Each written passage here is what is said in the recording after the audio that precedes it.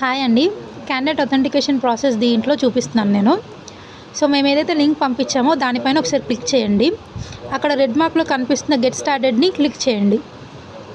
దాని తర్వాత candidate authentication ఎవరైతే ఉన్నారో వాళ్ళకు ఒక ఓటీపీ ట్రిగర్ అవుతుంది, అది ఎంటర్ చేయండి.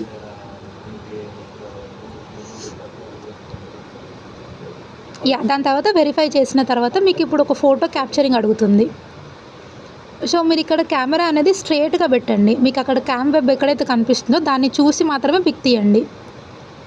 సో ఇఫ్ ఇన్ కేస్ మీకు పిక్ రాలేదు అంటే కూడా మీరు రీటేక్ పిక్చర్ కూడా తీసుకోవచ్చు. సో ఓకే అయిన తర్వాత ప్రొసీడ్ క్లిక్ చేయండి. అక్కడ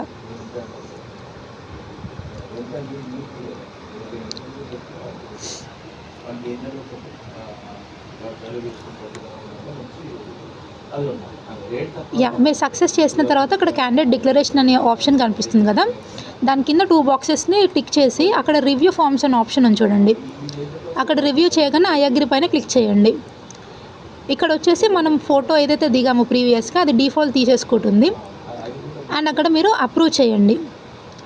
అండ్ ఈవెన్ సిగ్నేచర్ కూడా సేమ్ యాజ్ యూజువల్ మీ ప్యాన్లో ఉన్న తీసేసుకుంటుంది.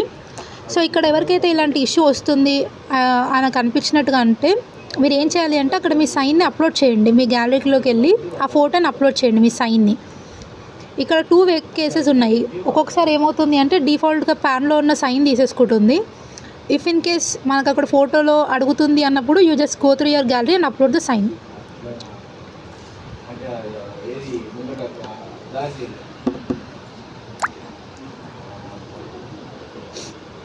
సో అప్లోడ్ చేశాక అక్కడ ఇంటూ మార్క్ని క్లిక్ చేసి మళ్ళీ ఐ కన్ఫర్మ్ క్లిక్ చేయండి. దీని తర్వాత కన్ఫర్మ్ డిక్లరేషన్ ఏదైతే రెడ్ మార్క్ చూపిస్తుందో క్లిక్ చేసేయండి. సో ఇంకా నెక్స్ట్ యాజ్ యూజువల్గా మనం ఆన్లైన్ పేమెంట్ చేసుకోవచ్చు అనమాట. సో ఇక్కడ మనకు మల్టిపుల్ ఆప్షన్స్ ఉన్నాయి ఆన్లైన్ పేమెంట్ ఎలా చేయాలనేది కూడా. లైక్ కొంతమంది యూపీఐ ద్వారా చేస్తారు, కొంతమంది నెట్ బ్యాంకింగ్, కొంతమంది like debit card, credit card. So depends upon మీ ఇండివిజువల్ డెసిషన్ పైన